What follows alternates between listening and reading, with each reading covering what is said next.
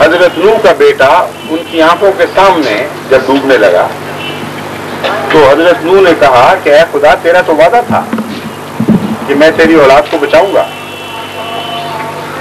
اہل بیت کو بچاؤں گا.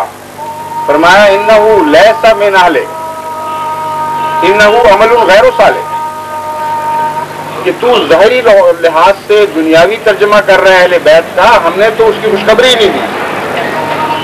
ہم نے جو اہل بیت کی خوشخبری دی تھی اس سے مراد تھا جن کے اعمال صالح ہوں گے، جو روحانی لحاظ سے تمہارے غلام ہوں گے اور تمہاری اولاد کہلائیں گے. قرآن کریم نے خود ترجمہ کر دیا اہل بیت کا، اور آنکھوں کے سامنے جسمانی اولاد کو غرق کیا، اور لفظ اہل بیت اس کو نہ بچا سکے. دوسری مثال سنیے، بخاری میں بھی حدیث ہے اور دوسری کتب میں بھی حدیث ہے حضرت سلمان فارسی کے ذکر میں کہ ان کو اللہ تعالیٰ ان کی نسل میں سے وہ پیدا کرے گا جو آخرین کو اولین سے ملا دیں گے. حضرت سلمان کے متعلق شیعہ اور سنی متفق ہیں کہ آپ جسمانی طور پر اہل بیت نہیں تھے، اس سے تو کوئی اختلاف ہی نہیں ہے نا، وہ قوم ہی اور تھی، اہل فارس میں سے تھے، وہاں آ کر بسے، ایمان لائے اور جسمانی طور پر رشتہ ہی کوئی نہیں تھا. لیکن دونوں فرقے شیعہ اور سنی متفق ہیں کہ حضرت صلی اللہ علیہ وآلہ وسلم نے اس غیر رشتہ دار کو اہل بیت بنایا اور اہل بیت کے طور پر آج تک شمار ہوتے ہیں، کوئی خونی رشتہ نہیں. جنگ احزاب کے موقع پر آپ کو الگ بلایا اور اہل بیت کی لائن میں کھڑا کیا اور ساتھ فرمایا سلمان و منا اہل البیت، سلمان ہمارا ہے اہل بیت میں سے. اس لیے سائل تو شیعہ معلوم ہوتے ہیں، وہ پتہ کر لیں اپنے علماء سے کہ حضرت سلمان اہل بیت میں سے تھے کہ نہیں.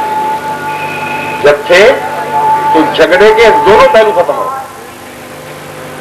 قرآن کی روح سے مسلمہ بات کے ایک شخص اہل بیت میں سے تھا، لیکن عمل صالح نہ ہونے کی وجہ سے خدا تعالیٰ نے اہل بیت سے خارج کر دیا.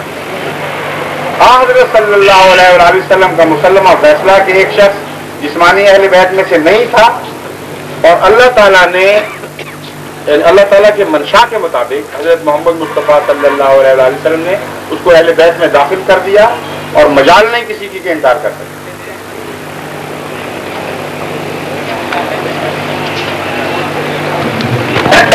ہاں جی، یہ بہت اچھا سوال ہے.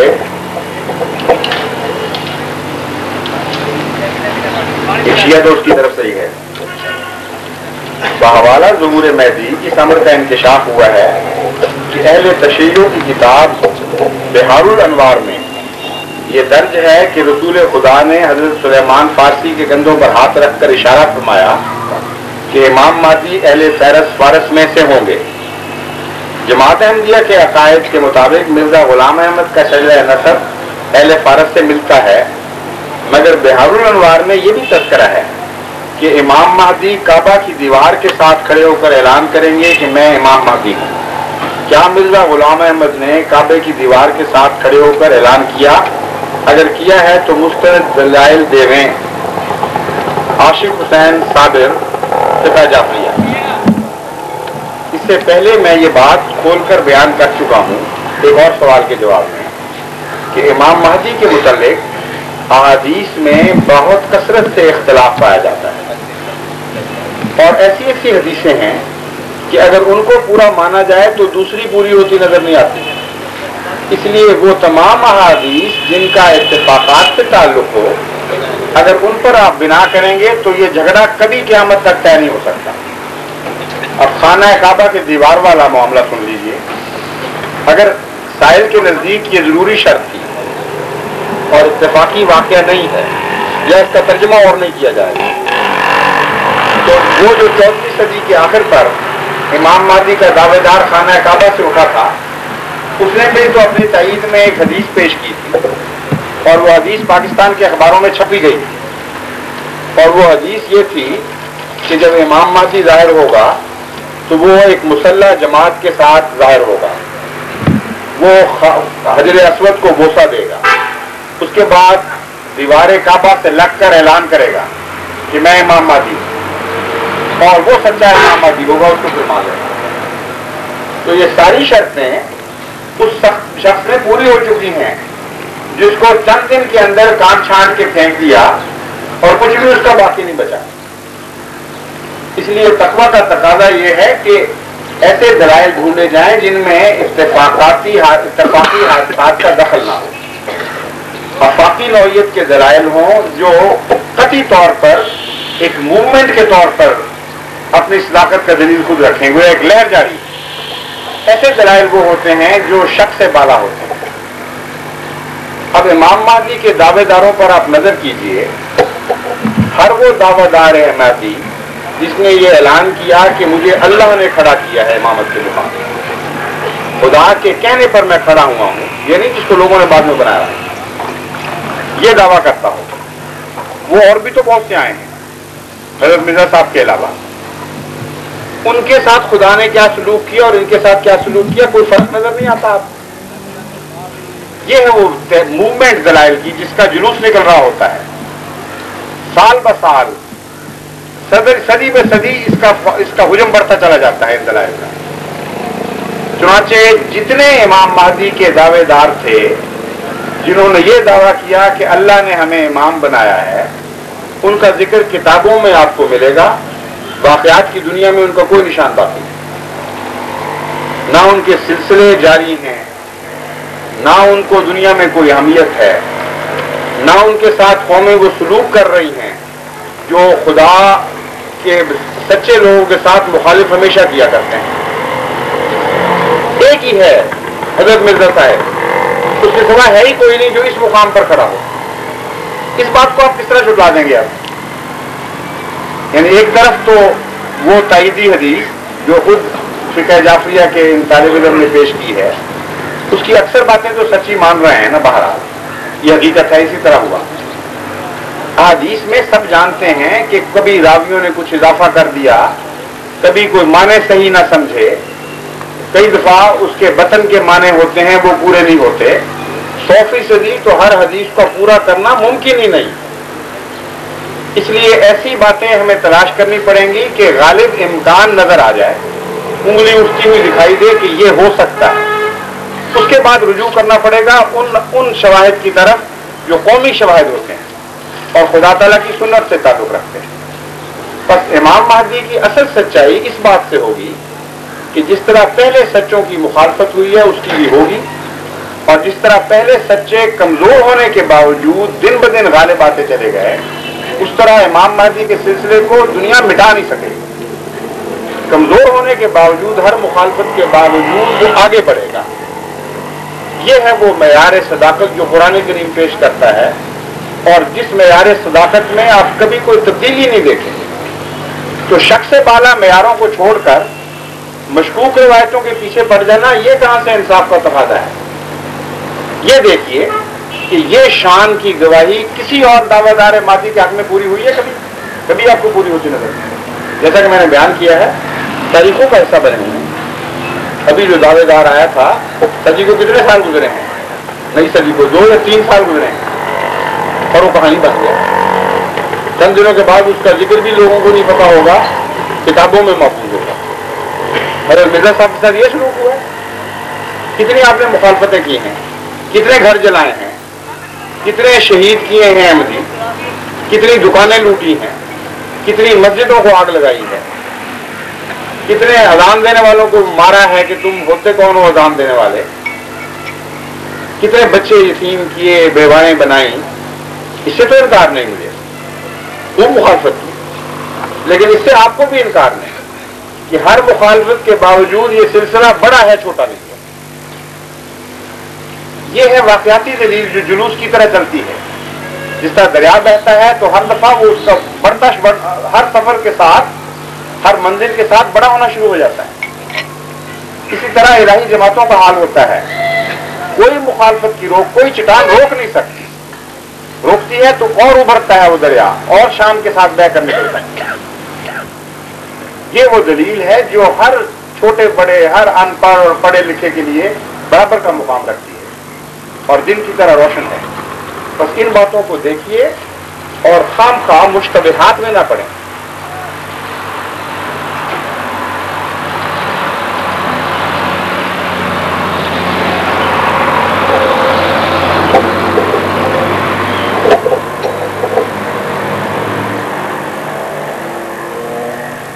ایک صاحب سوال کرتے ہیں کہ اللہ تعالیٰ نے جب فرشتوں کو بھی صرف عبادت کے لیے پیدا کیا تھا تو اس میں کیا حکمت تھی کہ مسلمانوں کو بھی عبادت پنجگانہ، نماز اور نوافل وغیرہ پر لگا دیا؟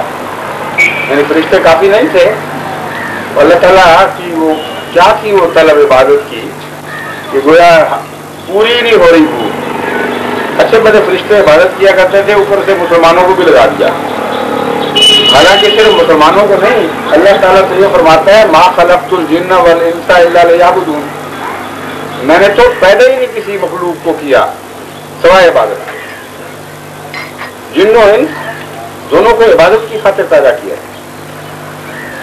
اور پھر آگے ایک اور سوال کہتے ہیں، اور عبادت کام کیا آئی ہمارے؟ عبادت کر کے وہ مار کھائی، کہتے ہیں گزشتہ صدیاں گواہ ہیں کہ جوں جوں نمازیں ہم نے پڑھی ذلیل و خوار ہی ہوتے گئے، جو دعا مانگی نامقبول ہو، جو کوشش کی درگاندہ راہ ہوتی، درماندہ درگاہ، دھکے پڑے ہیں ہمیں۔ کہتے ہیں دعا سکھائی اللہم نصرنا ونصرنا، وہ غلط لکھا گیا ہے، ونصرنا علی القوم الکافرین، یہ کہتے ہیں دعا سکھائی، اور نتیجہ کیا نکالا کہ جب مسلمان لڑے ان کو مار پڑ گئی۔ تو ایک تو عبادت کا مقصد ہمیں سمجھ نہیں آتا کہ خدا تعالیٰ کی طلب ہی پوری نہیں ہو رہی، اوپر سے جنہوں نے بات مانی وہ مارے گئے۔ تو چھٹی کرو اس مصیبت سے، کیا فائدہ یہاں بیٹھے رہنے کا؟ بڑا دلچسپ سوال کسی نے خوب سجا کے پیش کیا ہے اپنی طرف سے، اور میں سمجھتا ہوں سندھ میں ایسے سوالات کے جوابات کی ضرورت ہے، کیونکہ سندھ کے خاص حالات کے پیش نظر جو یہاں سیاسی لحاظ سے بے اطمینانی اور بددلی پائی جاتی ہے، اس کو بعض بڑی قومیں دہلیت میں تبدیل کرنے کی کوشش کر رہے ہیں اور عمداً مذہب سے متنفر کرنے کی کوشش کر رہے ہیں، اور اس کے مقابل پر ایک انتہائی احمقانہ کوشش یہ ہو رہی ہے کہ مذہب کے نام پر سیاست کو ٹھونسا جا رہا ہے، اور جس سیاست سے لوگ متنفر ہیں اس مذہب سے بھی متنفر ہو جائیں گے۔ تو بڑے میاں چھوٹے میاں سبحان اللہ، غیروں نے تو کوشش کرنی تھی، اپنوں نے الٹا ان کی مدد شروع کر دی ہے۔ اس لیے مجھے تو بڑی سخت فکر ہوتی ہے یہاں کی نسلوں کے ایمان کی، کہ وہ بیچارے معصوم لوگ جو ہمارے طالب علم یہاں پڑھ رہے ہیں، ان کے ساتھ غیر طاقتیں ہی نہیں کھیل رہی صرف ان کے خیالات میں فساد پیدا کرنے کے لیے، بلکہ اپنے ان کی غیر طاقتوں کی مدد کر رہے ہیں۔ اس کے نتیجے میں ایسے سوال پیدا ہوتے ہیں۔ تو بہت ویلڈ سوال ہے، اس کا جواب تو اگر تھوڑا سا زیادہ بھی وقت ہو تو میں سمجھتا ہوں پوری طرح ملنا چاہیے۔ پہلی بات تو یہ ہے کہ اللہ تعالیٰ نے جب اپنی عبادت کے لیے پیدا کیا تو ساتھ اور بھی آیات ہیں اور فرمودات نبوی ہیں جو اس مضمون پر روشنی ڈال رہے ہیں کہ عبادت کا مقصد کیا ہے۔ کیا نعوذ باللہ خدا تعالیٰ کی حرص ہے عبادت کروانے کی جو پوری نہیں ہو چکی؟ اللہ تعالیٰ دوسری جگہ فرماتا ہے کہ اگر تم میں سے کوئی بھی ایک وجود بھی خدا کی عبادت نہ کرے تو تب بھی مستغنی ہے، اس کو پرواہ کوئی نہیں، اس کو فرق ہی کوئی نہیں پڑتا۔ تو صاف پتہ چلا کہ قرآن کریم کا جب یہ دعویٰ ہے کہ عبادت کے لیے پیدا کیا گیا تو اس عبادت کا فائدہ اللہ کو نہیں پہنچنا، اگر پہنچنا ہے تو آپ کو پہنچنا ہے، یہ تو قطعی بات ہے۔ اب سوال یہ ہے کہ عبادت ہوتی کیا ہے؟ جب تک آپ اس کو نہیں سمجھیں گے اس وقت تک عبادت کے فائدے کا مضمون واضح ہو ہی نہیں سکتا۔ عبادت عبد کا لفظ جو ہے اس کو مد نظر رکھیے، آپ کہتے ہیں غلام کو، اور غلام کا تصور یہ ہے کہ اس کا اپنا کچھ بھی نہ ہو، 100% ہر چیز مالک کی ہو جائے۔ اور عبد کا لفظ جب فعل میں بولا جاتا ہے اسی سے تعبدہ نکلتا ہے، اور تعبدہ کہتے ہیں کسی رستے پر اس طرح چلنا، جس رستے پر کسی کو چلایا جائے اس پر چلے اور پھر اس طرح چلے، اس میں گڑے ڈال دے، اس میں نشان قائم ہو جائے، یعنی خوب کوشش اور محنت سے اپنے معمول رستے پر چل پڑے۔ تو جب کہا جاتا ہے اللہ کی عبادت کرو تو مراد یہ ہے کہ خدا کی مرضی کے تابع ہو جاؤ، اسی میں تمہارا فائدہ ہے۔ جو اللہ تمہیں رنگ دینا چاہتا ہے اس رنگ کو اختیار کرو. اور ایک اور معنی عبادت کا یہ ہے کہ غلام اپنے آقا کی پیروی کرتا ہے، اس کے پیچھے چلتا ہے، ویسا ہونے کی کوشش کرتا ہے. تو اللہ تعالیٰ فرماتا ہے اگر میری صفات کو اختیار کرو گے تو تمہیں اس دنیا میں جنت نصیب ہو جائے گی. ان صفات کو کھول کر بیان کرتا ہے. چنانچہ وہ نماز جو ان صفات سے عاری کر دیتی ہے انسان کو، خدا تعالیٰ خود اس عبادت پر لعنت ڈالتا ہے. اور وہ عبادت جس سے بڑی نو انسان کو فائدہ نہ پہنچے، کیونکہ خدا تو کہتا ہے میرے فائدے کے لیے نہیں، تمہارے فائدے کے لیے. قرآن اس عبادت پر لعنتیں ڈالتا ہے. اس لیے صرف آپ سے لعنتیں ڈالنے کی ضرورت نہیں، خدا پہلے ہی لعنت ڈال چکا ہے. فرماتا ہے کہ ایسے عبادت کرنے والے ویل للمصلین، لعنت پڑے، ہلاکت ہو ان مسلمین پر. ہم عن صلاتہم ساہون، وہ عبادت کے فلسفے سے ہی حاصل ہیں. 5 وقت اٹھتے ہیں، ٹکرے مارتے ہیں، مسجدوں میں اذانیں بھی دیتے ہیں، حاضر بھی ہو جاتے ہیں، لیکن عبادت کی روح سے بے خبر ہیں. ان پر لعنت پڑے. فرماتا ہے کیوں؟ ان میں 2 باتیں کہتا ہے پیدا ہو جاتی ہیں. ایک دکھاوے کی، جراؤ، عبادت کرتے ہیں دکھاوے کے لیے اور متقی بننے کے لیے اور لوگوں کی نظر میں بزرگ کہلانے کی خاطر. اور ساری چیزوں جو زندگی کی ساری کوشش بزرگی دکھانے کے معنوں میں وقت ہو جاتی ہے. اللہ تعالیٰ خدا قرآن فرماتا ہے اس عبادت کی جو خدا کو پرواہ کوئی نہیں. ایسی عبادت تمہیں پیارا نہیں بنائے گی اللہ کا، بلکہ تم پر لعنت ڈالے گی، تمہاری قوم میں کردار تباہ ہو جائے گا. ایسے مصنوعی دکھاوے والے لوگ جب لیڈر بن جاتے ہیں کسی قوم کے تو اس کو ہلاک کیا کرتے ہیں. دوسری صفت یہ بیان فرمائی کہ تم عبادتیں جو کر رہے ہو اور غریبوں کی پرواہ نہ کرو اور ان کے حقوق کی حفاظت نہ کرو تو یہ عبادت بھی تم پر لعنت ڈالے. یمنعون الماعون، یہ فرمایا کہ یہ کون سے میرے عبادت کرنے والے ہیں؟ ایک طرف دکھاوا کرتے ہیں اور دوسری طرف غریبوں کو معمولی چیزوں کی بھی ضرورت پڑے، بڑی ضرورتیں بھی چھوڑو، ان سے بھی یہ کنجوسیاں کرتے ہیں اور ان کی ادنا ضروریات کا خیال بھی نہیں رکھتے.